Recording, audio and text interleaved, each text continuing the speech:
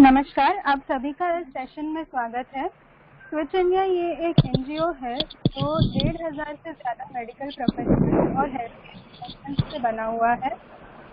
हम सभी भारत में अलग अलग राष्ट्रों में अपनी सर्विसेज देते हैं, जैसे कि महाराष्ट्र, गुजरात, तमिलनाडु, आंध्र प्रदेश, राजस्थान और कर्नाटक, और अलग अलग प्रकार की social activities, health care checkup camp और फिजिकल एंड मेंटल हेल्थ के ऊपर काफ़ी काम करते हैं। हम मेडिकल कंडीशंस के बारे में अवेयरनेस स्प्रेड करने का भी काम करते हैं।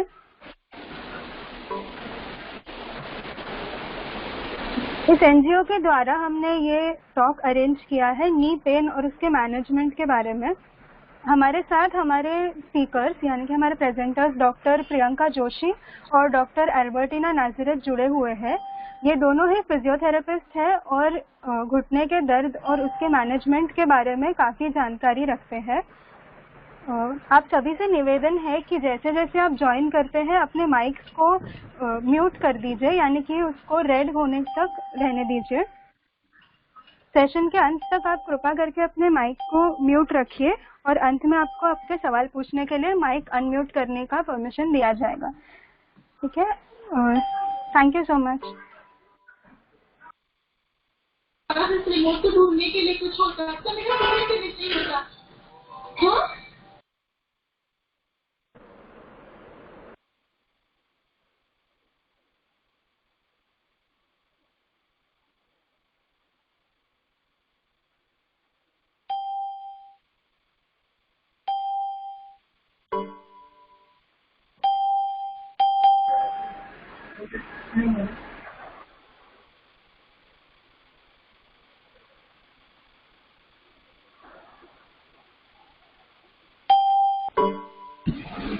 Hello, good afternoon. This is Dr. Albertina. I will be talking about knee pain and its management along with my colleague Dr. Priyanka. Hello, good afternoon everyone and नमस्ते आप सभी लोगों को। हम दोनों आज यहाँ पर बात करने वाले हैं का जो क्या कारण होता है और उसका मैनेजमेंट क्या है उसके बारे में बात करने वाले हैं। तो शुरुआत करने से पहले मैं सबको रिक्वेस्ट करना चाहूंगी कि आप सभी अपना माइक म्यूट पे रखें और पूरे सेशन के दौरान उसे म्यूट पर ही रहने दें, और आपकी जो भी क्वेश्चंस हैं वो हम अंत में उसे आंसर करेंगे, तभी हम आपको अनम्यूट करने के लिए बोल देंगे। उसके अलावा आप चैट के थ्रू भी हमें क्वेश्चन पूछ सकते हैं। किसी को कोई प्रॉब्लम आ रही है ऑडियो में? Is everything fine? Can we go ahead with the talk? Just few of them can just show thumbs up in the chat box, or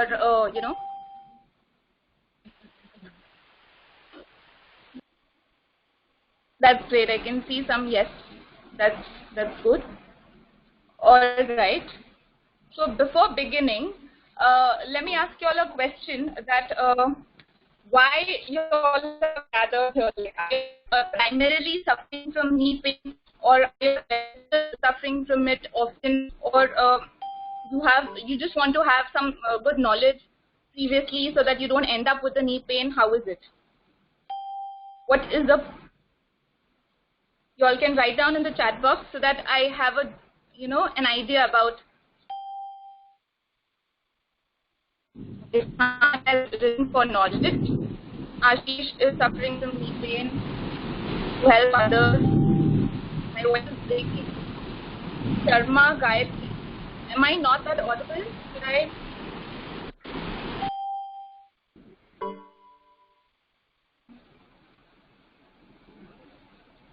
All right, I've got few not audible at all.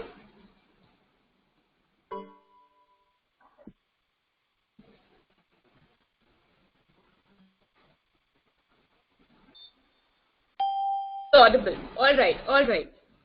So let's begin with the talk. Okay.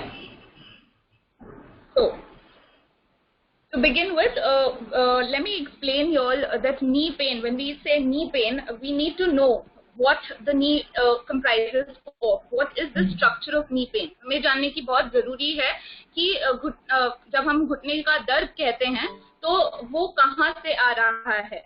क्योंकि knee pain में सिर्फ एक ही joint, knee joint जो आपको हमेशा से पता है, उसके अलावा भी काफी सारी चीजें हैं. Other than that also we have a lot of structures around in and around the knee, जिसके वजह से भी पेन होता है. एंड वो it comes on one umbrella term की नी पेन है, तो मैं इसे कैसे ट्रीट करूं.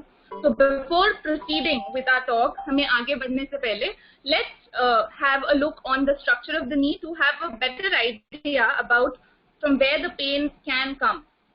So to begin, knee pain can be from the knee joint. There are two joints in the knee first of all. The first joint is formed by the thigh bone, the upper leg bone and the lower leg bone. So the joint between these two bones, इन दोनों के बीच का जो joint है, जो जोड़ है, that is one joint. The other joint is between the kneecap and the thigh bone. So जो हिंदी में I'll be talking in both Hindi and English as we have the audience of mixed preferences. So y'all will be hearing the repetitions of the same thing because I need to convey it to everyone around. So the second joint that I was talking about is the kneecap and the thigh bone. Alright, so these are the two joints that is there into a knee. ये दो joints रहते हैं. Apart from that, इसके अलावा भी और भी structures हैं, जैसे कि ligaments. अभी ligaments क्या होते हैं? दो bones को joint करते हैं ligaments. उनको अपनी जगह पर रहने देते हैं. They allow the joints to be in a proper position, ताकि जब भी वेट आए, जब भी मूवमेंट हो, तो वो उसी जगह पे रहे, so that it stays stable. तो जो लिगामेंट्स हैं वो बहुत टाइप के लिगामेंट्स रहते हैं हमारे बॉडी में, नी जॉइंट में. एक अंदर की तरफ, द मीडियल साइड, अंदर की तरफ जो लिगामेंट रहता है, एक वहां है, एक बाहरी तरफ भी है ligament. As you all can see on the screen, there's a pointer pointing out to the ligament. इसके अलावा नी के अंदर भी, अंदरूनी तरफ भी, बीच में भी लिगामेंट्स रहते हैं उसे जोड़े रखने के लिए, to keep it connected. So it is surrounded all around by the ligaments from all the sides. उसके अलावा, लिगामेंट्स के अलावा भी हमारे पास और दूसरे जो स्ट्रक्चर्स हैं वो है मेनिस्कस. मेनिस्कस सिंपल लैंग्वेज में अगर मैं एनालॉजी के साथ में एक्सप्लेन करने की कोशिश करूं, तो जैसे हमारे बॉडी स्पाइन में डिस्क होते हैं, वैसे ही नी जॉइंट में भी डिस्क जैसा स्ट्रक्चर होता है, जिसे हम मेनिस्कस, अलग टर्म से बोलते हैं, मेनिस्कस बोलते हैं. वो शॉक अब्जॉर्प्शन करता है. जिसी प्रकार स्पाइन में डिस्क का जो फंक्शन होता है, जो रोल होता है, सेम रोल नी में भी जरूरी है, ताकि वो एक्स्ट्रा जो फोर्स है वो ले सके. तो वो मेनिस्कस होता है. इसके अलावा बर्सा भी होता है अराउंड द नी जॉइंट. ऊपर की तरफ भी होता है, नीचे की तरफ भी होता है, पीछे की तरफ भी जॉइंट के बरसास होता है.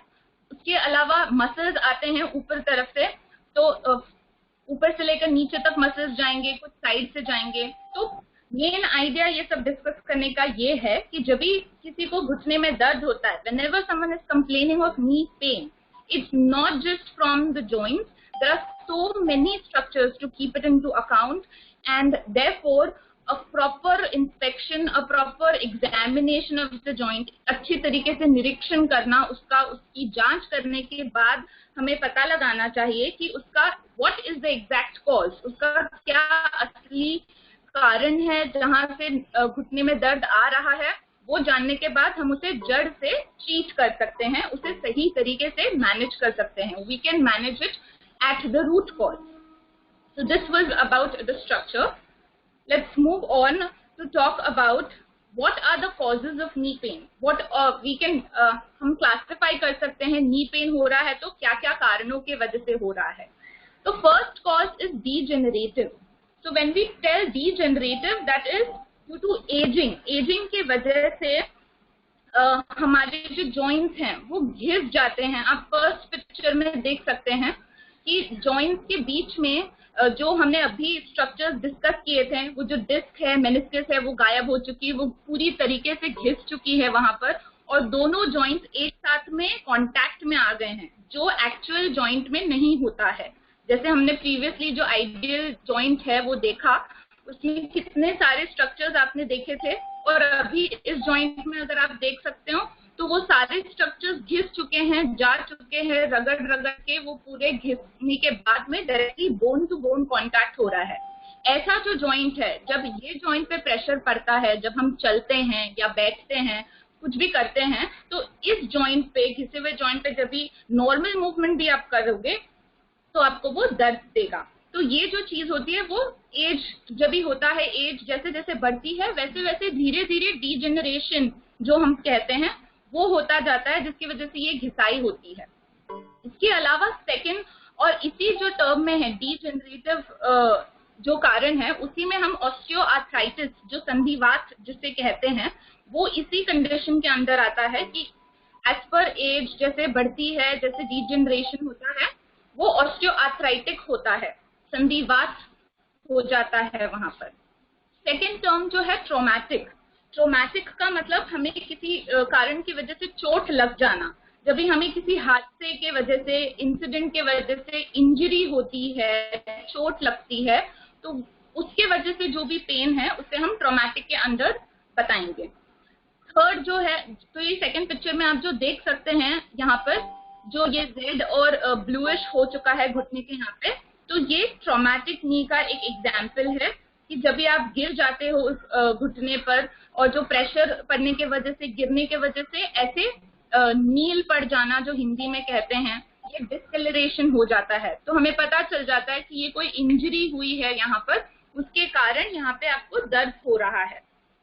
थर्ड कंडीशन है मेडिकल कंडीशन। मेडिकल कंडीशंस में आते हैं रूमेटॉइड आर्थराइटिस, गाउट, ये सारी डिजीजेस हैं जो अलग रीजन की वजह से होती हैं, इनका एक अलग ही पूरा टॉपिक है। बट इन डिजीजेस में भी आपको नी जॉइंट पेन होता है। तो इसको ट्रीट करने का तरीका अलग होगा, बिकॉज ये एक अलग पूरा मेटाबॉलिक मेडिकल कंडीशन है, तो इसका ट्रीटमेंट एकदम ही अलग होगा। फिर चौथा है मेटाबॉलिक सिंड्रोम। जब भी हम मेटाबॉलिक सिंड्रोम बोलते हैं तो उसमें 3-4 चीजें होती हैं, जिनमें से एक कंपोनेंट है ओबेसिटी का। ओबेसिटी का मतलब है ज्यादा मोटापा। नॉर्मल मोटापा जब भी होता है तो उसे ओवरवेट कहते हैं। अगर ज्यादा मोटापा हद से बढ़ जाए, आपके कद के अनुसार अगर आपका वेट ज्यादा हो गया है हद से ज्यादा, तो उसे ओबेसिटी कहते हैं। तो ओबेसिटी के अंदर भी आपके नी जॉइंट्स पे बहुत प्रेशर आता है, बहुत फर्क पड़ता है और उससे भी पेन के कंप्लेंट्स आते हैं। तो ये हो गए कॉजेज ऑफ नी पेन। अभी हम देखते हैं आगे कि why you should take care of your knee. कि नी में दर्द है, ठीक है, कई लोगों की आदत है कि ठीक है चला जाएगा, थोड़े दिन सह लेते हैं। जो ये सहना है वो इतना हद तक बढ़ जाता है कि हमें समझने की जरूरत है कि नी पेन जब हम बोलते हैं तो सिर्फ नी अफेक्ट नहीं हो रहा है। ये जो पिक्चर आप देख सकते हैं, इसमें आप देख सकते हैं ये पूरा कनेक्टेड है। अभी अगर आप सेम एग्जाम्पल अगर हाथ का ले, हाथ के किसी फिंगर में या उंगली में आपको लगी हुई है, तो आपको प्रोबेबली वहीं पे दर्द रहकर वहीं सीमित रह जाएगा, वो ज्यादा इतना प्रोग्रेस नहीं करेगा। बट जब भी पैर में किसी चीज की चोट लगी है या दर्द है, सपोज नी, तो वो नी जॉइंट का पेन अगर आप नजरअंदाज करते रहे, if you keep avoiding that pain for a longer period, तो वो आपके एंकल में जो निचला जो जॉइंट है, जैसे आप देख सकते हैं इस पिक्चर में, वहां पे भी आपको पेन होना स्टार्ट हो सकता है।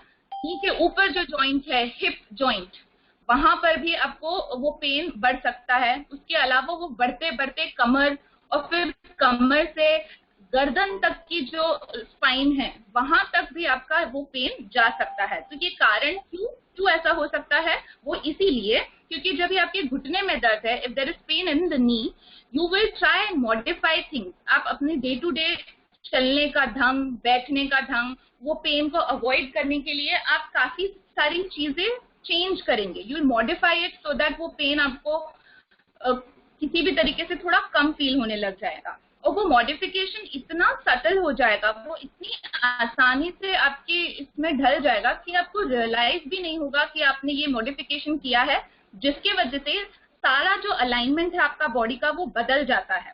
और वो पूरा alignment when it changes, it causes a lot of uneven force distribution, जो फोर्स डिस्ट्रीब्यूट जिस हिसाब से होना चाहिए हर जॉइंट पे, वैसे नहीं होके बहुत अलग तरीके का वो पूरा प्रोसेस हो जाता है, जिसकी वजह से सारे जो जॉइंट्स हैं जो उससे जुड़े हुए हैं उन पर भी आपको बहुत असर देखने को मिल सकता है। इसीलिए जब भी आपको नी पेन में दर्द है, जब नी जॉइंट में दर्द है, इट्स बेटर कि आप वहीं का वहीं उसे ट्रीट कर लीजिए, मैनेज कर लीजिए, उसे इतना बढ़ने ही ना दीजिए कि वो आपके दूसरे जॉइंट पे भी असर डालना शुरू कर दे।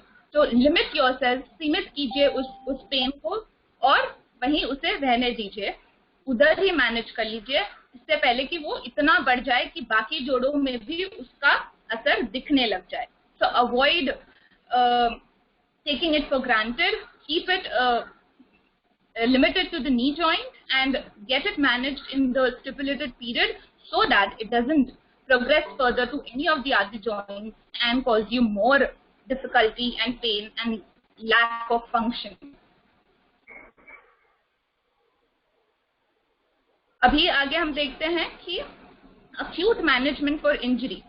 अगर आपको चोट लगी है तो आपको तुरंत इमीडिएटली क्या करना चाहिए, how can you manage it immediately at your own and.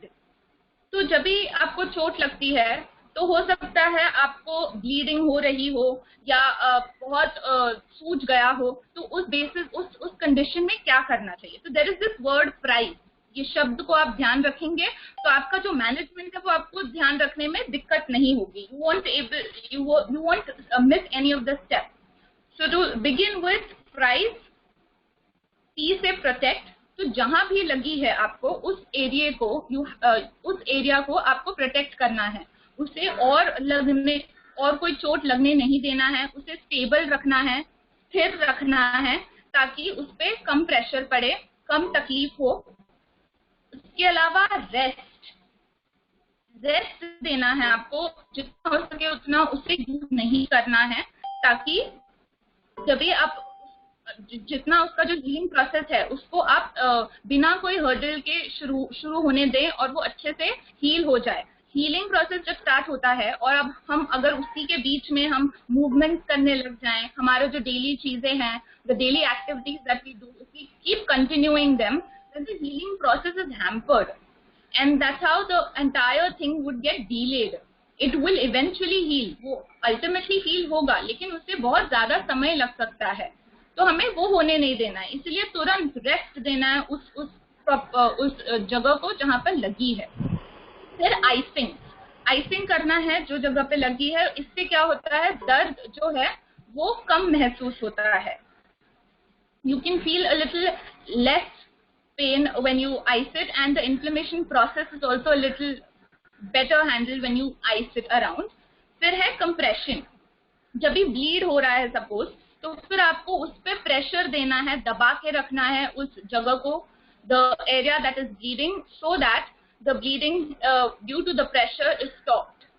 Okay and आप कंप्रेशन बैंडेज यूज कर सकते हैं, क्रेप बैंडेज यूज कर सकते हैं। If you have nothing at with you at that time, you can simply use any cloth and just tie it around the entire joint. आप पूरी तरीके से उसे कवर कर लो, उसे टाइट बांध के रखो ताकि सूजन है, ब्लीडिंग है, जो भी है, that all is being taken care of. Then we have elevation, E stands for elevate. तो एलिवेशन कब करना है, व्हेन देयर इज स्वेलिंग। जब भी लग जाती है तो सूजन तुरंत ही आ जाती है, तो वो तुरंत जो स्वेलिंग है उसे, to combat that swelling, we need to keep our part that is being affected elevated, उसे ऊंचाई पे रखना है। You can use pillows to support your whichever part. Right now we're talking about knee, so we'll say that let's support our leg with the pillows and keep it elevated so that the swelling is the drainage is being facilitated, so that जो सूजन है वो उतरने में आसानी हो। तो ये जो प्राइस शब्द है उसका आपको ध्यान रखना है। तो ये सब कुछ आपको करना है जब भी आपको इमीडिएटली कोई चोट लग जाए तभी, ताकि आप जब तक डॉक्टर के पास पहुंचे तब तक आपके स्तर पर आपने अपना काम करा हुआ रहेगा, तो आपको तकलीफ कम होगी और उसको मैनेज करने में भी आसानी होगी। वो आगे और वर्सन नहीं होगा, it won't worsen and you can then be better at it. Next would be, अभी हम बात करेंगे ओबेसिटी. ओबेसिटी मतलब मोटापा. अभी मोटापे के समय आपके नीज घुटनों पे, नीज पे बहुत लोड पड़ जाता है. आपके ज्यादा वजन के वजह से आपके घुटनों पे ज्यादा लोड होता है. आप जब चलते हो, जब आप सीढ़ियां चढ़ते हो या फिर कोई भी एक्टिविटी करते हो, घुटनों पे उतना ही ज्यादा लोड बढ़ते जाता है. तो इसमें क्या आपने करना चाहिए, क्या आपने नहीं करना चाहिए. अभी अगर आप ओबेसिटी में आते हो, अगर आपको पता है आपका मोटापा ज्यादा है, तो ये 3 चीजें हैं जो आपने नहीं करनी चाहिए. एक है लंजेस, दूसरी है डीप स्क्वाट और तीसरी है रनिंग. रनिंग मतलब दौड़ना. दौड़ना आपको क्यों नहीं है, क्योंकि नॉर्मली भी दौड़ने से आप एक पैर पे ज्यादा वजन लेते हो, क्योंकि आपके दोनों पैर हवा में ही होते हैं. एक समय पे दोनों पैर नीचे नहीं होते, एक समय पे सिर्फ एक ही पैर नीचे होता है. तो समझो वो एक पैर पे जब हम नॉर्मली दौड़ते हैं, तभी हमारे बॉडी वेट का 5 गुना वजन हमारे एक घुटने पे पड़ता है. अभी आपका वजन अगर ज्यादा होगा, तो समझो वो उतना वजन इंटू 5 टाइम्स वो आपके एक घुटने पे होता है. तो घुटने पे बहुत ज्यादा स्ट्रेस आता है अगर आप दौड़ने लग जाते हो. तो same goes for lunges. Lunges में भी जब आप आगे घुटना बेंड करते हो, वापस वही घुटने पे आप उतना ही ज्यादा स्ट्रेस लगाते हो. अभी डीप स्क्वाट मतलब क्या, अगर जब आप इंडियन टॉयलेट यूज करते हो, तभी उसके लिए भी आपको नीचे झुक के बैठना पड़ता है.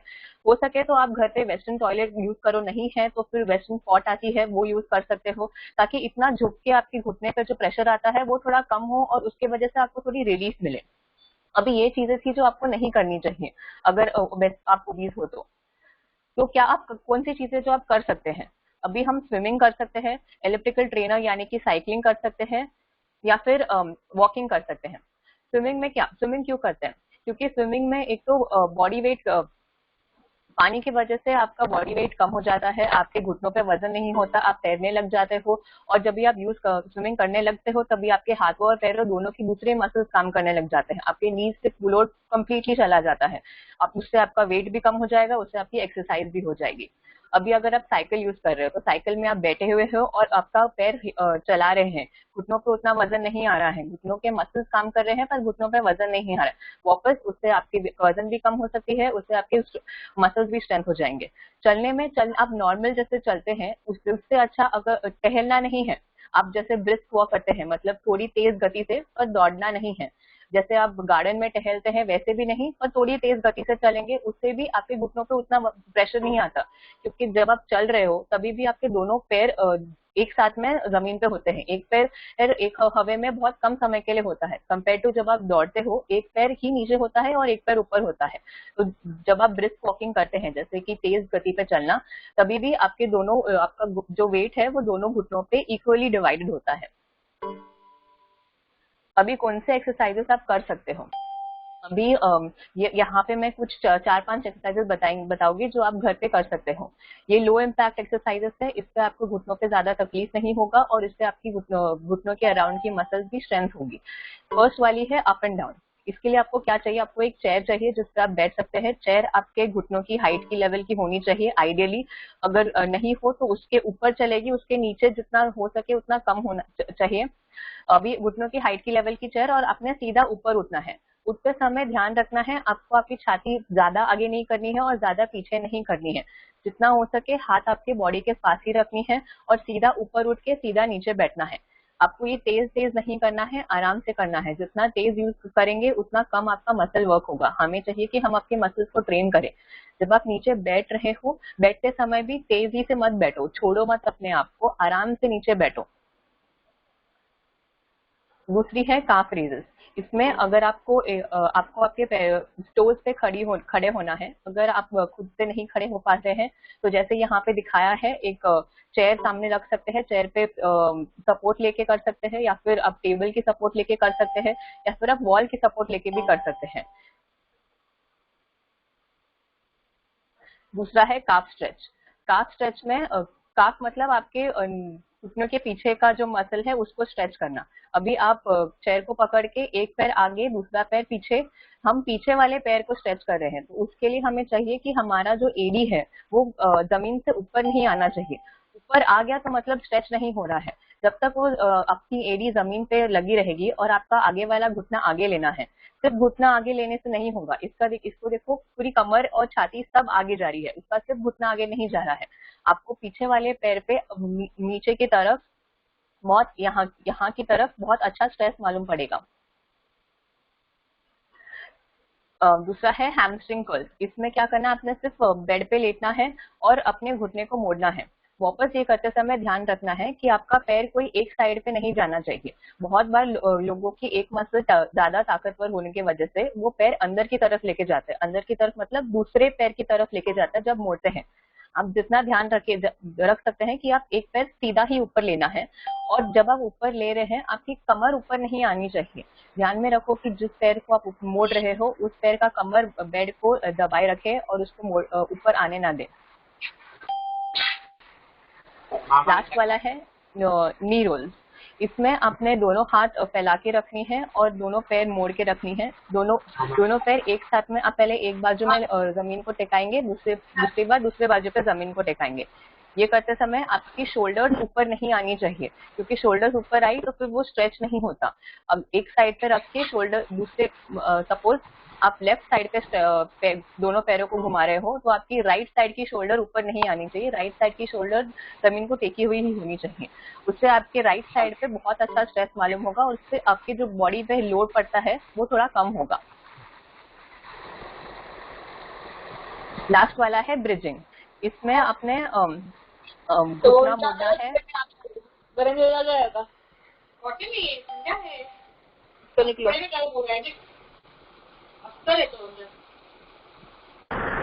Hello, can you please mute yourself?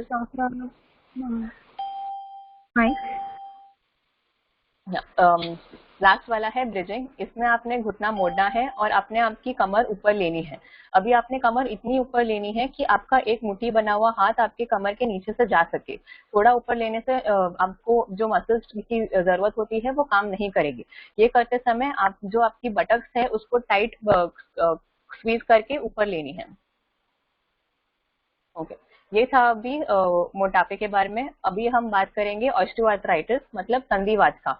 Osteoarthritis में क्या होता है बेसिकली, जब पेशेंट्स हमारे पास आते हैं वो क्या बोलते हैं, क्या तकलीफ होती है उनको, तो उनको सबसे ज्यादा वो बोलते हैं कि उनको सीढ़ियां से नीचे उतरते समय ज्यादा दर्द होता है। सीढ़ियां ऊपर चढ़ते समय थोड़ा ठीक होता है, बस सीढ़ियों से नीचे उतरते समय उनको घुटनों पे और पैरों पे बड़ा दर्द होता है। कोई भी एक्टिविटी करते हैं या फिर कहीं मार्केट में जाके आए या फिर कोई किचन का काम किया या फिर घर से कहीं से चल के आए, तो कोई भी एक्टिविटी करने के बाद पेन ज्यादा बढ़ता है। और उन्होंने नोटिस किया है कि उनके पैरों घुटनों के आजू बाजू बहुत सारा सूजन आया है, स्वेलिंग हुआ है, घुटना बहुत बड़ा दिखता है। अगर एक पैर पे आर्थराइटिस है और दूसरा पैर नॉर्मल है तो आप कंपेयर करके देख सकते हो कि वो एक पैर जिस पे आर्थराइटिस है वो कितना ज्यादा सूज गया है। और दूसरी बोलते हैं कि स्टिफनेस मतलब पैर मोड़ा नहीं जाता, उनका पैर हिलता नहीं है, सीधा नहीं कर सकते या फिर मोड़ नहीं सकते। चढ़ते समय उनको तकलीफ होती है, चलते समय उनका पैर बराबर से नहीं गिरता, और बहुत सारा वीकनेस होता है पैर में। ये वीकनेस उनको चलते समय महसूस होती है, चढ़ते समय महसूस होती है, हर एक्टिविटी करते समय महसूस होती है। ये पैर का वीकनेस जब होता है या फिर घुटने के आसपास के मसल्स का वीकनेस जब होता है, घुटने के आजू बाजू के सारे मसल्स जो है वो सारे काम करने लग जाते हैं और वो ज्यादा थक जाते हैं। तो इन जनरल जब ये होता है तभी इंसान ज्यादा ही थका हुआ हो जाता है। डिफिकल्टी इन वॉकिंग, अगर आप ज्यादा ही प्रोग्रेस कर लेते हैं, मतलब आप कुछ एक्सरसाइज नहीं कर रहे हो, कुछ नहीं कर रहे हो, ऐसे ही हो कि नहीं भाई पेन है, हम ठीक है, हम नहीं करने वाले हैं, तो अब लेटर ऑन जो होता है कि उनको चलने में काफी तकलीफ होती है। वो एक साइड पे ज्यादा वजन देते हैं, फिर दूसरे साइड पे वजन देते हैं, उनका घुटना सीधा नहीं कर पाते हैं, चढ़ते समय वो लोग बराबर से चढ़ नहीं पाते हैं। अभी तो वो सब हो गया, तो आपने क्या करना चाहिए? अभी जितने ज्यादा पेशेंट्स देखे हैं हमने, सब यही बोलते हैं कि नहीं, ज्यादा डिस्कम्फर्ट नहीं हो रहा है, ज्यादा दर्द नहीं हो रहा, हम सह लेंगे, थोड़ा सा एक्सरसाइज करेंगे, उसके बाद जब ठीक हो जाएगा, कब पेन कम हो जाएगा, हमको कोई प्रॉब्लम नहीं है, हम कंटिन्यू नहीं करने वाले हैं। दूसरी ये बोलते हैं कि हाँ थोड़ा सा ही पेन हो रहा है, मेरी ज्यादा डेली रूटीन में मुझे फर्क नहीं पड़ रहा, मुझे यहाँ से सब्जी लानी थी, वो लेके आ गई, उसमें थोड़ा सा पेन हुआ, बस ठीक है, उसके बाद आके रेस्ट कर दिया तो फर्क नहीं पड़ता। फिर कुछ लोग बोलते हैं कि दिन भर ऑफिस होता है, मैं घर पे आके मेरे पास टाइम नहीं होता एक्सरसाइज के लिए, मैं कब करूँ एक्सरसाइज, मुझे ये करना होता है, मुझे वो करना होता है। फिर बाद में कि मैंने एक हफ्ते के लिए किया, पेन कम हो गया, अभी मुझे उसकी जरूरत नहीं लगती क्योंकि पेन चला गया, अभी मैं क्यों करूँ फिर। तो और भी ये पूछते हैं कि कुछ कुछ ऐसे भी पेशेंट्स होते हैं जो पूरी एक्सरसाइज कंटिन्यू करते हैं और फिर बाद में पेन पूरी तरह से चला जाता है और वो पूछते हैं कि दूसरी फेज भी करना जरूरी है क्या, मतलब अभी तो पेन चली गई, अभी तो मैं ठीक हूँ, अभी तो मैं चल भी अच्छा सकती हूँ, तो मैं दूसरी एक्सरसाइजेस क्यों करूँ, मैं और कंटिन्यू क्यों करूँ। ये जो आप पिक्चर देख रहे हैं ये एक एडवांस ओए का पिक्चर है। मतलब अगर आपने कुछ भी नहीं किया, जैसे कि आपने कोई ट्रीटमेंट नहीं ली, कोई थेरेपी नहीं ली, कोई एक्सरसाइजेस नहीं ली, कोई प्रिकॉशंस नहीं ली, तो कर करके आपका पैर ऐसे हो जाएगा। पूरा का पूरा बो लेग्ड होता है, मतलब दोनों साइड से घुटने बाहर की तरफ आ जाते हैं, आप डग जैसे चलने लग जाते हो। तो इस ये समय पे आप क्या कर सकते हो, ये समय पे बोन इतनी ज्यादा बिगड़ जाती है, इतनी ज्यादा खराब हो जाती है कि एक्सरसाइज के बदले आपको अभी ऑपरेशन करना पड़ेगा। अभी ऑपरेशन के अलावा आपके पास कोई ऑप्शन ही नहीं होता है और वो टोटल नी रिप्लेसमेंट होती है जिसमें आपका पूरा घुटना बदला जाता है।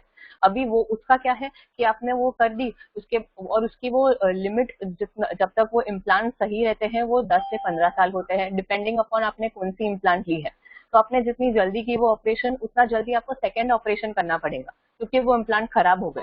तो अगर आपने नहीं चाहिए कि आपको ये ऑपरेशन जल्दी करनी है या फिर आपने पहले ही एक्सरसाइजेस करके ये इसको प्रिवेंट किया, तो आपको यहाँ तक तो जाने नहीं वाला।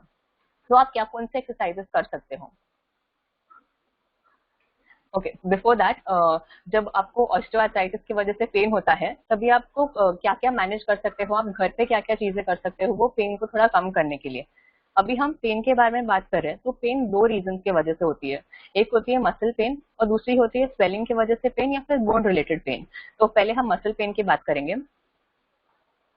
मसल पेन जब होता है तभी आप हॉट पैक्स यूज कर सकते हो। अभी आपको कैसे समझेगा मसल पेन है, अगर आपको लग रहा है आपके पैर के आगे की तरफ पेन हो रहा है या फिर पैर के पीछे की तरफ पेन हो रहा है और मुलायम मुलायम चीज पे पेन हो रही है, तो मतलब वो मसल पेन पे हो रही है, मसल पे पेन हो रही है। और या फिर आपको बहुत ऐसे लग रहा है कि थकावट जैसे महसूस हो रही है, मसल से काम नहीं कर पा रहे हैं, तो वो मेनली मसल की वजह से ही होती है। तो मसल पेन हो रहा है तो आप गर्म पानी का शेक लेंगे। अभी गर्म पानी का शेक आप दो तरीके के ले सकते हैं, या यदि यदि आप एक टॉवल को गर्म पानी में भिगो के आपके घुटने पे रख सकते हो, या फिर आप हॉट वाटर पैक जो हॉट वाटर की थैली आती है वो लगा सकते हो। अभी ध्यान देना है कि आप थैली को बराबर से हर जगह पे घुमाएं, एक जगह पे ज्यादा समय के लिए ना रखें, क्योंकि वहां पे ज्यादा समय के लिए रखें तो थोड़ी जलने की सेंसेशन हो सकती है। अभी कहाँ पे रखनी है हॉट पैक, आप कहाँ पे रखोगे, जो मसल पे आपको सबसे ज्यादा पेन हो रहा है आप वहां पे हॉट पैक रखोगे। अभी कब रखना है हॉट पैक, एक्सरसाइज करते समय या फिर कोई स्ट्रीनियस एक्टिविटी मतलब आपको पता है आपने आपके घर आपकी बिल्डिंग में लिफ्ट नहीं है तो आपको चढ़ के ही जाना है, आपको बाहर निकलते समय चढ़ के ही नीचे उतरनी है, तो उसके पहले ही आप हॉट पैक लगा लो तो मसल रिलैक्स हो जाएंगे, तो वो बेटर काम करेंगे। तो कोई भी एक्सरसाइज करते समय करने के पहले या फिर कोई स्ट्रीनियस एक्टिविटी करने से पहले आप हॉट पैक लगाओगे। आप कितने टाइम के लिए लगा सकते हो, ये 15 to 20 मिनट इज इनफ, आपको इनफ रिलैक्सेशन मिलता है उतने टाइम में। अभी अगर पेन आपको स्वेलिंग या फिर जॉइंट की वजह से हो रहा है तो आप ठंडे पानी का शेक लोगे, दैट इज कोल्ड पैक। उसके लिए आप इधर आइस क्यूब्स ले सकते हो या फिर जेल आइस पैक ले सकते हो। आइस क्यूब्स को भी अभी आपको टॉवल में रैप करके जॉइंट और या फिर स्वेलिंग के आसपास घुमाने हैं। ये भी ध्यान में रखना है कि एक जगह पे ज्यादा समय के लिए नहीं रखना है, घुमाते रहना है। क्यों एक जगह पे ज्यादा समय के लिए रखेंगे तो वहां पे ब्लड सप्लाई कम हो जाती है, हमें नहीं चाहिए कि ब्लड सप्लाई कम हो, ब्लड सप्लाई रेगुलरली हर जगह पे रहनी चाहिए, इसलिए आपने हर जगह पे बराबर बराबर से दो मिनट में घुमाते रहना है। अभी ये कब लगा सकते हैं कोल्ड पैक, आफ्टर एक्सरसाइज अगर आपको पेन हो रही है तो आप कोल्ड पैक लगाएंगे, कहीं पे भी आफ्टर एक्सरसाइज पेन हो रही है तो आप कोल्ड पैक लगाएंगे। और जब तक अगर आपको स्वेलिंग हो रही है तो जब तक स्वेलिंग सबसाइड नहीं होता तब आप कोल्ड पैक लगा सकते हो। तो अब कितने समय के लिए कोल्ड पैक लगानी है, 10 से 15 मिनट लगानी है और हर 2 घंटे में आप कोल्ड पैक लगा सकते हो ताकि सूजन कम हो जाए। बिफोर स्टार्टिंग एनी एक्सरसाइज आपको जरूरी है कि आप वो मसल को स्ट्रेच करें। स्ट्रेच करने से क्या होता है कि वो मसल की लेंथ बढ़ जाती है तो उसकी कॉन्ट्रैक्ट करने की कैपेसिटी मतलब मसल की काम करने की कैपेसिटी बढ़ जाती है। तो हम आपको 3 स्ट्रेचेस बताएंगे जो मेजरली हर एक्सरसाइज में काम आती है। पहला है काफ स्ट्रेच। उसके लिए आप इधर एक चेयर ले सकते हैं या फिर दीवार ले सकते हैं, दीवार पे हाथ रखनी है, एक पैर आगे दूसरा पैर पीछे, और जैसे ये एरो दिखा रहा है वो पीछे वाले पैर का काफ स्ट्रेच हो रहा है। वापस अभी आपने एडी ऊपर नहीं लेनी है, एडी जमीन को टेकी ही रखनी है और आपकी कमर के साथ पूरा पैर आगे जाना चाहिए, आपको पीछे वाले पैर पे अच्छे से स्ट्रेच मालूम पड़ेगा। दूसरा है एंटीरियर थाई स्ट्रेच, इसमें आपके थाई के आगे वाला हिस्सा उसको स्ट्रेच कर रहे हैं, जहाँ पे एरो दिखा रहा है वो वाला भाग, उसमें आपने पेट पे लेटना है।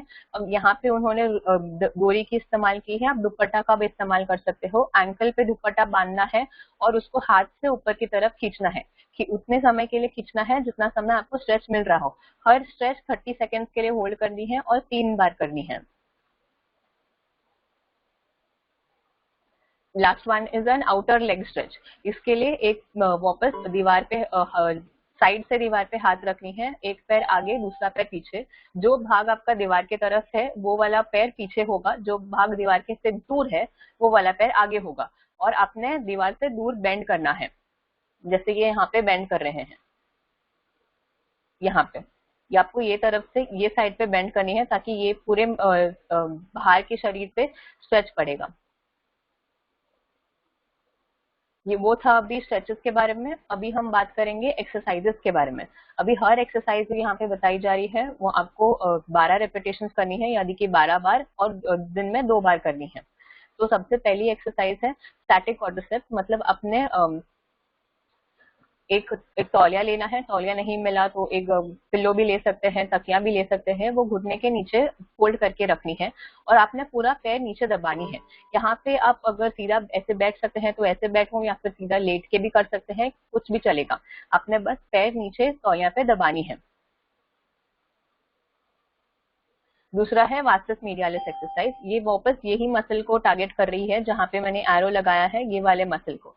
वापस वहां पे पिछले वाले स्लाइड में हम छोटा तौलिया यूज कर रहे हैं, यहाँ पे हम बड़ा तौलिया यूज करने वाले हैं, या फिर बड़ा तकिया यूज करेंगे ताकि पैर थोड़ा और ऊपर आए। उसमें अभी घुटना मुड़ा हुआ रहेगा, आपने घुटने से जितना सीधा हो रहा है उतना सीधा करना है। इसमें ये ध्यान रखनी है कि आपने खूबे से पैर नहीं उठाना है, सिर्फ घुटने से सीधा करना है।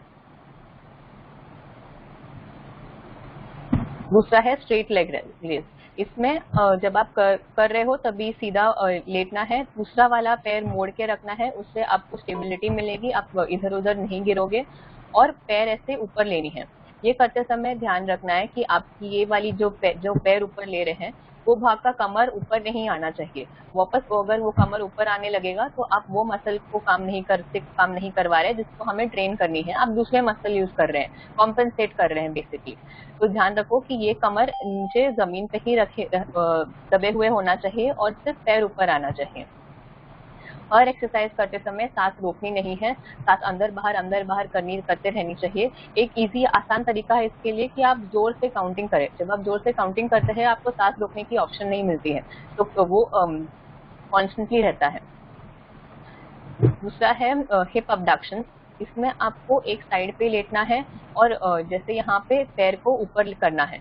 ये करते समय ध्यान रखो टोज सामने की तरफ होनी चाहिए, ऊपर की तरफ नहीं, मतलब टोज आपके नाक की तरफ जैसे आप सीधा दिख रहे हैं वहां पे होनी चाहिए। और ये खूबे से पैर ऊपर नहीं आना चाहिए, मतलब आपका कमर ऊपर खिलना नहीं चाहिए। वापस कमर हिलते रहेगा तो आप छाती से पैर ऊपर उठा रहे हो, आपके पैर के मसल्स को यूज नहीं कर रहे हो। हमको चाहिए कि ये वाले यहाँ पे जो मसल है उसको ट्रेन करनी है, यहाँ के छाती के मसल को ट्रेन नहीं करना है। इसके लिए ये कमर सीधी रहनी चाहिए और सिर्फ पैर ऊपर लेनी है। अगर आपको लग रहा है कि आप पैर ऊपर ले रहे हो और कमर पहले ही बेंड हो रही है तो जितना ऊपर कर सकते हैं, जिसमें कमर नहीं बेंड हो रही है उतना तक ही कीजिए, उससे ज्यादा एक्सरसाइज करने की जरूरत नहीं है। धीरे धीरे जैसे जैसे ताकत बढ़ेगी आप रेंज को और बड़ा कर सकते हैं। दूसरा है ब्रिजिंग, इसमें वापस आपको घुटने मोड़ने हैं, घुटना सीधा करना है और यहाँ से बटक्स को ऊपर लेनी है।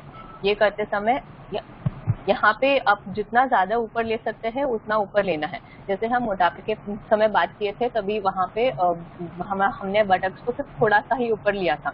इसमें यहाँ पे जब आप कर रहे हैं अपने बटक्स को जितना ऊपर कर सकते हैं उतना ऊपर लेना है।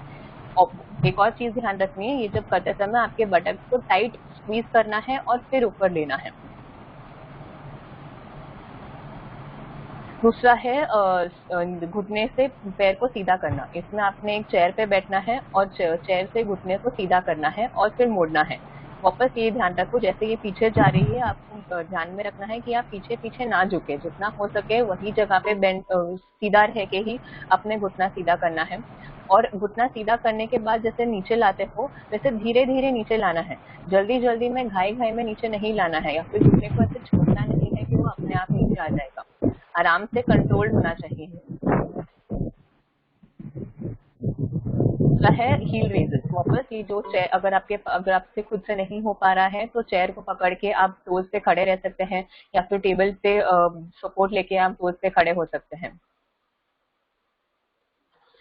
दूसरा है स्टैंडिंग हिप अबडक्शन, वापस चेयर को पकड़ के साइड से अपने पैर बाहर की तरफ लेनी है। ये करते समय ध्यान रखो कि आपका जो टोज है वो सामने की तरफ फेस करनी चाहिए, साइड में फेस नहीं होनी चाहिए, टोज सामने की तरफ और पैर बाहर। वापस ये करते समय ध्यान रखना है कि आपकी कमर नहीं हिलनी चाहिए, कमर जब तक सीधी रहे तब तक ही बाहर लेना है। अगर इसे इतना तक बाहर जा रहा है तो भी ठीक है, जितना तक बाहर जा रहा है उतना ट्रेन करो, फिर वापस अंदर। जैसे जैसे ताकत बढ़ेगी वैसे आपकी रेंज भी बढ़ने लगेगी। कमर से बेंड हो रही है तो वापस वो मसल को ट्रेन नहीं कर रहे हैं हम। लास्ट वाला है स्टैंडिंग हिप एक्सटेंशन, वापस चेयर को आगे से पकड़नी है और एक पैर को पीछे की तरफ पीछे से मोड़ना है। अभी ये करते समय याद रखनी है कि आपने छाती आगे नहीं लेनी है।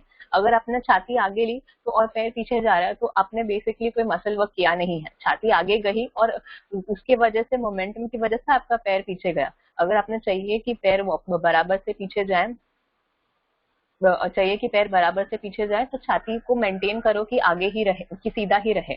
अगर ये नहीं हो पा रहा है, चेयर से नहीं हो पा रहा है, तो दीवार को पकड़ के करो। तो दीवार को पकड़ के क्या होगा कि आपका छाती दीवार को लगा हुआ रहेगा, आप आगे बेंड नहीं कर पाओगे और पैर अपने आप से सीधा होते समय उसको फ्रीडम नहीं मिलेगा और आगे बेंड होने के लिए। ओके ये थी अभी ओए के टाइम की एक्सरसाइजेस और ओबेसिटी के टाइम की एक्सरसाइजेस। अब हम बात करेंगे जनरल एक्सरसाइजेस जो हम रेगुलरली करते रहते हैं, उसमें हम क्या मिस्टेक्स करते हैं और क्या हम रेक्टिफाई कर सकते हैं। पहली एक्सरसाइज हम बात करेंगे स्क्वाट्स की। अभी स्क्वाट्स करते समय आप बहुत से लोगों के अलग अलग तरीके होते हैं कि नहीं हमको ऐसे स्क्वाट्स करनी है, वैसे करनी है, कि वो बोलते हैं कि नहीं स्क्वाट्स करते समय हमारा घुटना बड़ा दुख रहा है, हम नहीं कर पा रहे हैं, या फिर उठते समय हमको तकलीफ हो रही है। वो all of that is because आपकी तरीका जिससे आप स्क्वाट कर रहे हैं वो शायद गलत है। वो रेक्टिफाई करने के लिए पहले ध्यान में रखना है कि जब भी आप स्क्वाट कर रहे हैं आपकी एड़ी ऊपर नहीं आनी चाहिए। वो सबसे पहली बात। एड़ी अगर ऊपर आने लगी है तो आपका स्क्वाट गलत है। और आपका घुटना जो है वो टोज से आगे नहीं आना चाहिए। जो टोज का लेवल होता है वो टोज के अंदर तक ही रहना चाहिए। मतलब अगर आपका घुटना जो है वो यहाँ तक ही आना चाहिए था, एडी नीचे होनी चाहिए थी, घुटना यहाँ तक। और जैसे आप छाती से आगे झुकते हो वो जितना सीधा छाती रख सकते हो उतना सीधा छाती रखनी है। अगर आपसे स्क्वाट करने में तकलीफ हो रही है तो थोड़ा थोड़ा एंगल में करो, ज्यादा ही नीचे जाने की जरूरत नहीं है। जितना आप कर सकते हो, जितना आप मेंटेन कर सकते हो, जितना आपका एडी ऊपर नहीं आ रही है, घुटना आपके टोज के आगे नहीं जा रहा है और आपको पेन नहीं हो रहा है कहीं पे, वो एंगल तक स्क्वाट करो पहले। जब वो एंगल पे ट्रेन हो जाएगी आपकी मसल तब आप वापस सीधा कर सकते हो। मतलब तभी आप और डीप जाके फिर ट्रेन कर सकते हो। देखो राइट में यहाँ पे घुटना टोज के लाइन पे है, एडी नीचे दबी हुई है और ये सीधा है, मतलब छाती सीधी है। दूसरी एक्सरसाइजेस है लंजेस। वापस इसमें ध्यान रखनी है कि आपकी एडी ऊपर नहीं आनी चाहिए, वापस यहाँ पे घुटना टोज से आगे नहीं जाना चाहिए और छाती ऐसी झुकी हुई नहीं होनी चाहिए। इससे क्या होता है कि आगे वाले जो घुटना है उस पर ज्यादा लोड बढ़ जाता है। ज्यादा लोड बढ़ने से जब आपको सीधा होना है तभी ये यहाँ के मसल्स को ज्यादा काम करनी पड़ती है, आगे वाले घुटने को की मसल्स को ज्यादा काम करनी पड़ती है। वापस उसके वजह से एंकल पे भी जोर पड़ता है, घुटने पे भी जोर पड़ता है, खुबे पे भी जोर पड़ता है। फिर आप बोलते हो कि बहुत ज्यादा पेन हो रहा है, भाई ये एक्सरसाइज हमसे नहीं होता। इससे अच्छा आप ये एक्सरसाइज को करेक्ट करके बराबर से करेंगे तो आपको मसल्स भी ट्रेन होंगे और आपको आसानी भी होगी। यहाँ पे देखो घुटना सीधा होना चाहिए, झुका हुआ नहीं। खुबा यहाँ से 90 डिग्रीज पे होना चाहिए, मतलब हाँ, एंड छाती सीधी होनी चाहिए। ओके अभी लंच करते समय अभी आपको अगर पेन हो रही हो तो दोनों घुटनों पे पेन हो सकती है। अगर आगे के घुटने पे पेन हो रहे हैं तो आप क्या कर सकते हैं, तो अगर आप लंच करते समय हम यूजुअली एक पैर आगे लेते हैं और दूसरा वाला पीछे वाला पैर बेंड करके सीधा होते हैं। ये करने से अच्छा अगर हम एक पैर पीछे लें, like as in we do a backward lunge and we bend the leg that is behind, तो उससे क्या होता है कि आगे वाला पैर पे थोड़ा कम प्रेशर गिरेगा।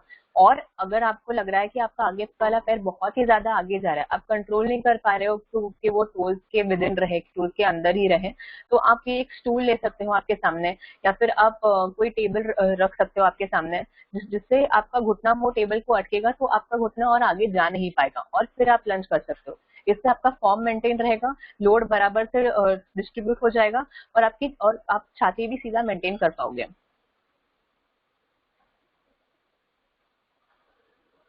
ओके, नेक्स्ट वन इज अगर पीछे वाला नी बेंड पेन हो रहा है जब आप कर रहे हो, तो पीछे वाला नी पेन हो रहा है जब आप एक्सरसाइज कर रहे हो, तो उसमें आपने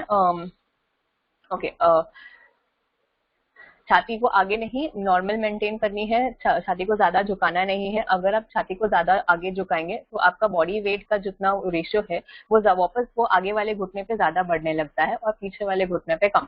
तो अगर आपको लोड बराबर से ये शेयर करनी है दोनों घुटनों पे, तो आपकी छाती वापस सीधी होनी चाहिए। Okay, now we'll talk about frequently asked questions.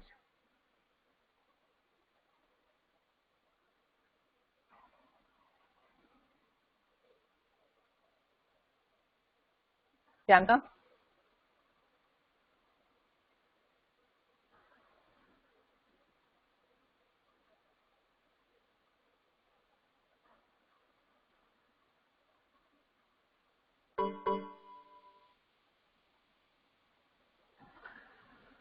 Okay, so what first frequently asked question is about knee clicks.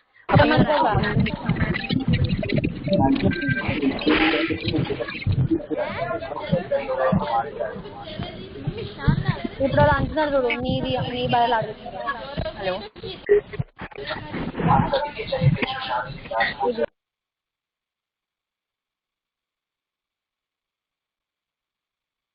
हम लेटे हुए होते हैं, जब हम घुटना मोड़ते हैं, सीधा करते हैं, या फिर हम बैठे हुए हैं और बैठ के सीधा उठ जाते हैं, तभी घुटनों में क्लिक्स सुनाई देती है। तो वो क्लिक्स में बहुत लोगों को डर लगता है कि भाई ये क्या चीज है, हमारी घुटना खराब हो गई है क्या, कि क्या हो रहा है। तो there are two types of knee clicks, there is a painful knee click and there is a painless knee click. तो पेनलेस नी क्लिक किन किन रीजन की वजह से होती है? ये टेंडेंस जो होती है, जैसे प्रियंका ने पहले एक्सप्लेन की थी, मसल जहाँ पे अटैच होती है उसको टेंडेंस बोलते हैं, या फिर लिगामेंट्स होती है, वो अगर बोन्स को रब कर रही है तो उसके वजह से भी नी क्लिक्स होती है, और वो बहुत नॉर्मल है, वो नॉर्मली भी होती रहती है, उसमें डरने की कोई बात नहीं है। या फिर दूसरी चीज होती है कि गैस बबल्स। बहुत बार हम जब ऐसे ही स्टेशनरी रहते हैं, हम कुछ काम नहीं कर रहे हैं, हम अपने पैर को नहीं हिला रहे हैं, फिर घुटने को नहीं हिला रहे हैं, तो तभी और सडनली हिलाने लगेंगे तो वो गैस बबल्स वहां पे जो है वो सडनली फूट जाती है। वो नॉर्मल है, कोई डरने की बात नहीं है, ये सभी लोगों में होती है। दूसरी है पेनफुल नी क्लिक्स।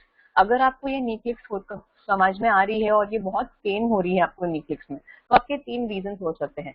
एक है मेनिस्कस टेयर, दूसरा है ऑस्टियोआर्थराइटिस और दूसरा है रूमेटॉइड आर्थराइटिस। मेनिस्कस टेयर में क्या होता है, जो आपका दोनों घुटनों के बीच में का जो गद्दी है वो अटक जाती है, और उसकी वजह से जब क्लिक होती है वो बहुत जोर से सुनाई देती है, वो बहुत पेनफुल होती है, इतनी पेनफुल कि आप घुटने को उसके बाद मूव ही नहीं कर पाते हो। ओके, तीसरा है ऑस्टियोआर्थराइटिस। ऑस्टियोआर्थराइटिस में क्या होता है कि बहुत सारे छोटे छोटे बोन्स जब डीजेनरेट होते हैं, तो बोन्स के छोटे छोटे ग्रैन्यूल्स फॉर्म हो जाते हैं वहां पे, और जब आप मूवमेंट करते हो वो ग्रैन्यूल्स में के बीच में की मूवमेंट आपसे वजह से आपको आवाज आती है, तो दैट बिकम्स वेरी पेनफुल। तो अगेन जब वो होने लगता है, आपको आपके डॉक्टर के पास जाना है, डॉक्टर को दिखाना है, बताना है कि ये हो रहा है, फिजियोथेरेपिस्ट के पास जाना है, एक्सरसाइजेस लेनी है, तब जाके आपको थोड़ा रिलीफ मिलेगा। The same goes for rheumatoid arthritis. Okay. The second frequently asked question is pain while running. अभी हमने देखा है, ये लॉकडाउन पीरियड में भी देखा है कि हमको बाहर टहलने में टहलना ज्यादा जाना है या फिर हमको दौड़ने जाना है, तो दौड़ते समय, दौड़ने के बाद आपको जब पेन होती है वो कौन से रीजंस की वजह से हो सकती है? अभी हम दो रीजंस में डिवाइड कर सकते हैं। एक है अंदरूनी रीजंस या फिर अंदर की रीजंस या फिर बाहर की रीजन, मतलब जो आपके बॉडी रिलेटेड नहीं है बट आपके एनवायरमेंट रिलेटेड होती है। तो अंदर की रीजंस क्या होती है? अगर आपकी ताकत कम हो या फिर आपकी ये मसल्स की जो लेंथ है वो कम हो, तो उसके वजह से जब आप दौड़ रहे हो तभी आप स्ट्रेस दूसरे मसल्स पे लगा रहे हो, उसकी वजह से आपको घुटने पे पेन बढ़ जाता है। जैसे शुरू में बताया था कि अगर आपकी एक एंकल में भी दर्द होगा तो उसका दर्द आपको घुटने में महसूस होगा, क्योंकि एंकल ठीक से काम नहीं कर रहा है, बाकी के सारे मसल्स को ज्यादा काम करनी पड़ती है। इनएडिक्वेट लेंथ मतलब मसल की लेंथ ज्यादा बड़ी नहीं हो, कम हो, मसल बहुत टाइट हो, तो उसके वजह से आपका दौड़ने का फॉर्म गलत होता है और आप आगे नहीं और दौड़ते समय आपको पेन होती है।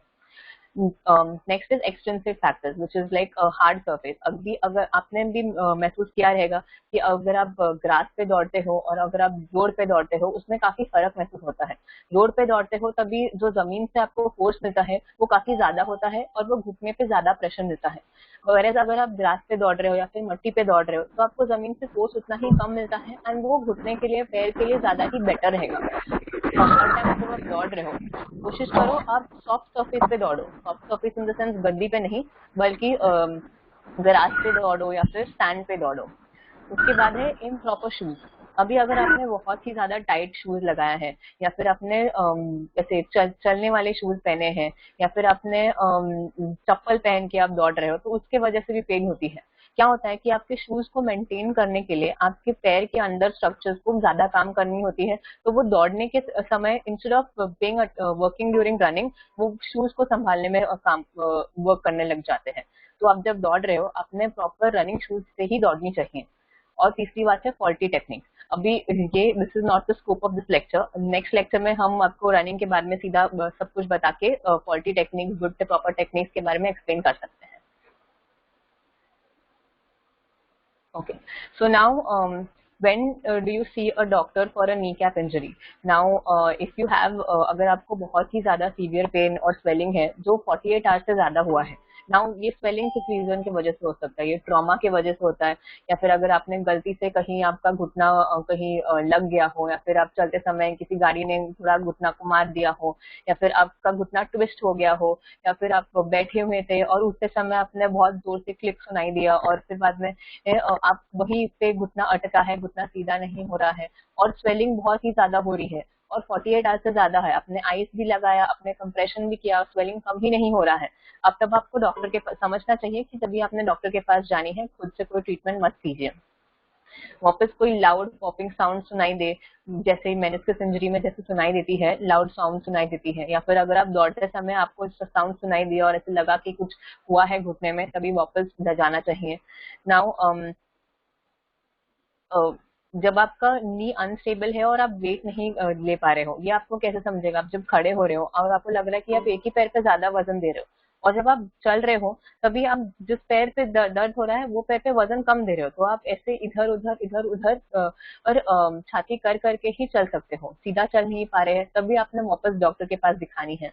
और आपकी नी डिफॉर्म्ड है और मूवमेंट ही नहीं हो रही है, मतलब उतना अकड़ गया है, एक रेंज में अकड़ गया है, उससे सीधा नहीं हो रहा है, उससे मुड़ नहीं रहा है, तो आपने वापस डॉक्टर के पास जाके उनको दिखानी है।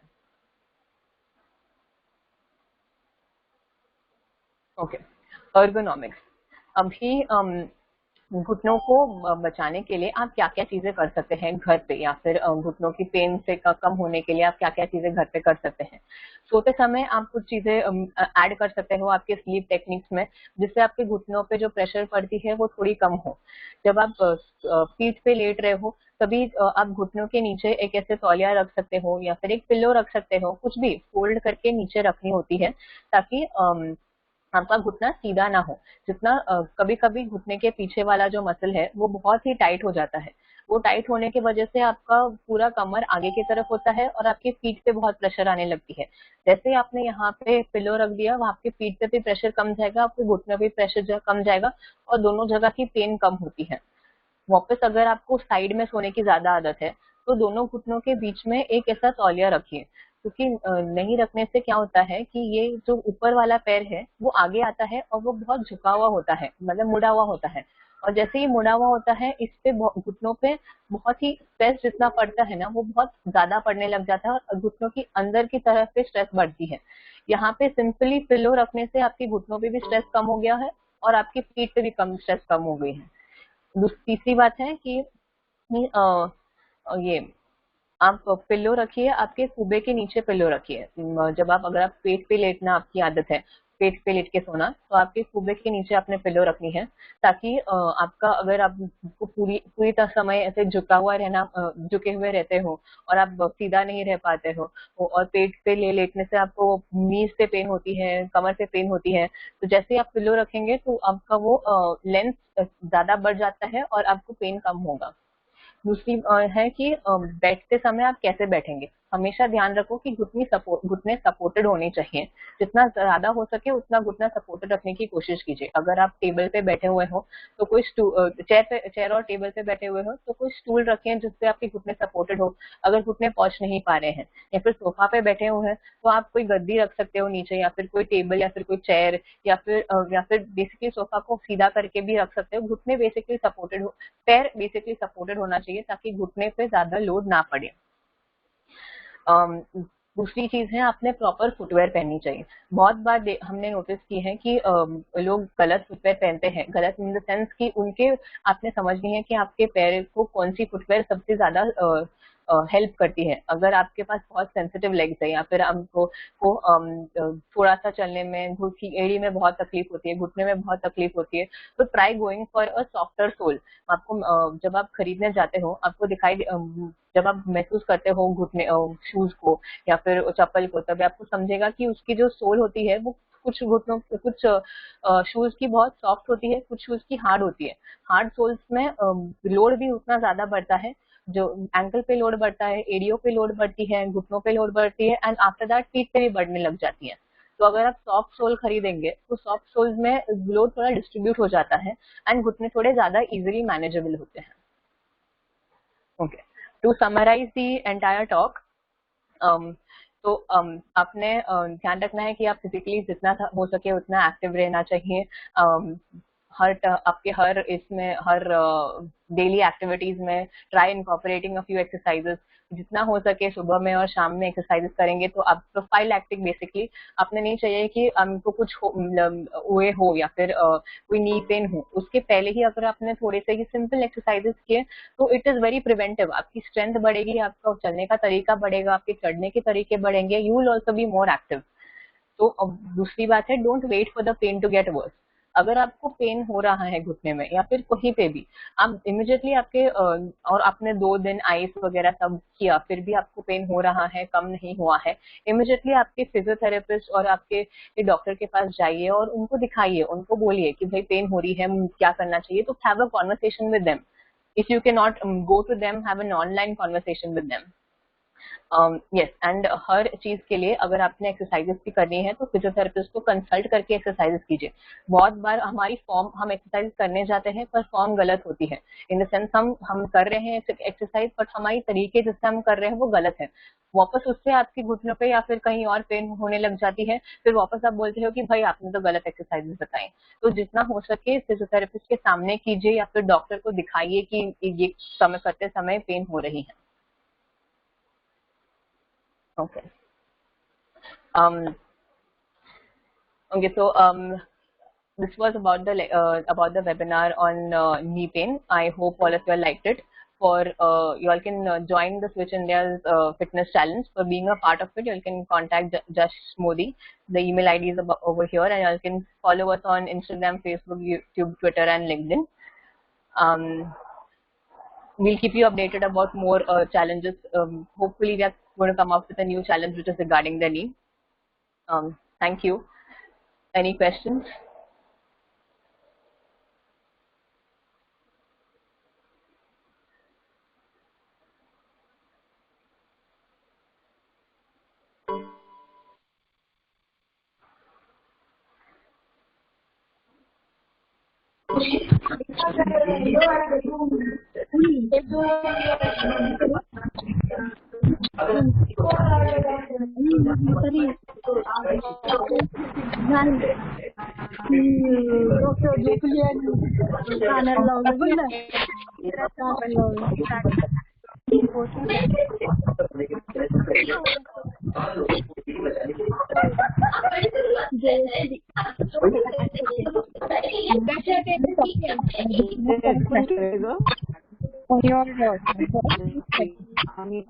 Tripti, can you read out the questions? I can't see them right now. आता काकी जर विचारली तर काकीचं पण करून Participants, you all are requested to please keep your phones on mute now. The first question here is when are we supposed to use hot pack and cold pack? Okay, so hot pack आप जब आपकी muscle pain होती है या फिर आपको जब भी सबसे ज्यादा मसल पेन होती है तभी आपने हॉट पैक यूज करनी है। हॉट पैक आपने जब भी आपको घुटनों की पेन हो रही है या फिर आपको स्वेलिंग ज्यादा बढ़ रही है तब आप कोल्ड पैक यूज कर सकते हो। या फिर जब भी अगर अभी अभी आपको दर्द हुआ घुटने में या अभी अभी आपको ये पेन शुरू हो गया है, इमीडिएट पेन हो रही है, मतलब पेन आज शुरू हुआ है आज ही आपको ट्रीट करनी है, तो आप कोल्ड पैक यूज कर सकते हो क्योंकि वो इमीडिएट पेन के लिए काफी हेल्पफुल होती है। Okay. Why is lunges? Next question. Why is lunges avoided in OA? तो जब आपको OA हुआ है तभी लंजेस के समय वापस जैसे मैंने बोला कि बहुत प्रेशर गिरता है घुटनों पे एंड इधर मसल्स विच गेट वीक, जो कमजोर होती है OA में, उन पे ही ज्यादा स्ट्रेस बढ़ती है। नाउ मसल्स पे स्ट्रेस बढ़ती है तो जब मसल का जब इंसर्शन होता है वहाँ पे स्ट्रेस बढ़ने लगता है एंड अगेन जॉइंट वैसे ही डिजनरेट हो रही है, जॉइंट में वैसे ही बहुत सारी चीजें कम हो रही है, आप और स्ट्रेस बढ़ा रहे हो तो आपको पेन भी ज्यादा बढ़ने लगेगा। इसलिए lunges are avoided in OA। और how long should I exercise daily? You can exercise for about 20 to 30 minutes. Normal exercises, if you want to have aerobic exercises, like आपको दौड़नी है या फिर स्विमिंग करनी है तो वो आपको 45 to 50 मिनट्स करनी चाहिए दिन भर में। अगर आप नॉर्मल ये घर पे करने वाले एक्सरसाइजेस कर रहे हो तो आई थिंक 20 to 30 मिनट्स में आपकी एक्सरसाइजेस हो जानी चाहिए। Okay, staircase climb is painful. Any easy way to climb and descend? जब आप सीढ़ियाँ चढ़ रहे हैं तभी आपका घुटना वापस, जैसे हम लंज में बात कर रहे थे, घुटना टोल से आगे जाएंगे तभी पेन ज्यादा बढ़ती है। तो जितना हो सके जब आप सीढ़ियाँ चढ़ रहे हो आप ये ध्यान में रख सकते हो कि आपका घुटना टोल से आगे नहीं जाएगा। जब आप एक पैर ऊपर ले रहे हो और आपको सीधा ऊपर आना है तभी घुटना टोस के अंदर के रेंज में ही रहनी चाहिए, तो आपके मसल्स पे थोड़ा कम लोड पड़ेगा। Okay, after exercise muscle soreness हो तो क्या करें? मसल सोरनेस हुआ then always hot pack.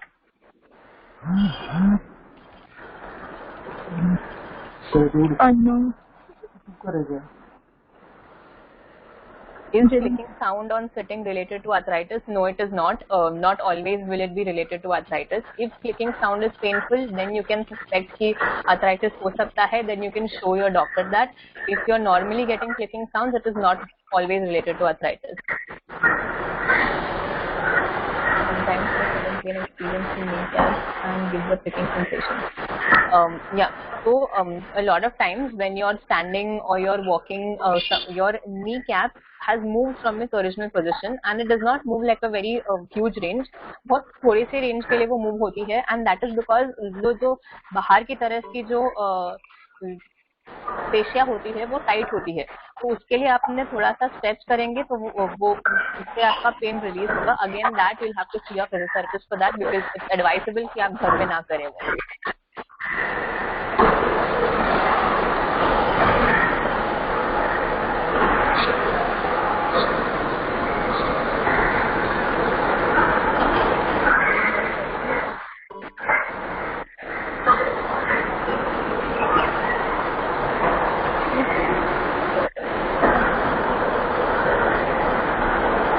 What we use in RA hot pack? In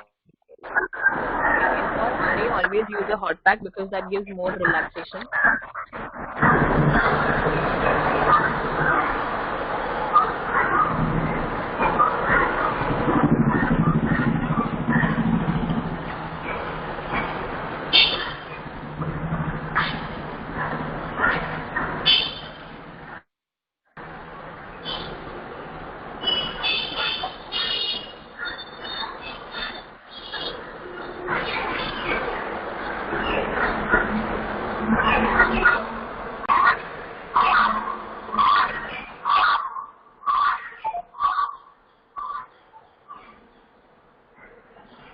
Trupti, you can take on.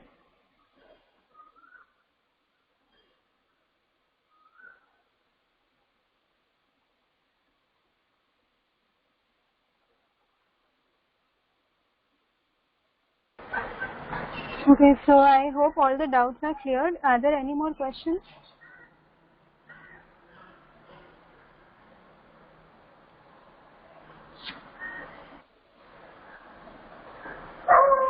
Okay, thank you very much. आप सभी का बहुत बहुत शुक्रिया हमारे साथ जुड़ने के लिए। आप सभी व्हाट्सएप ग्रुप पर बने रहे। आपको एक फीडबैक फॉर्म दिया जाएगा, प्लीज़ उसे भर के हमारी मदद कीजिए ताकि हम नेक्स्ट टाइम आपको और भी बेहतर सर्विस प्रोवाइड कर सकें। Thank you.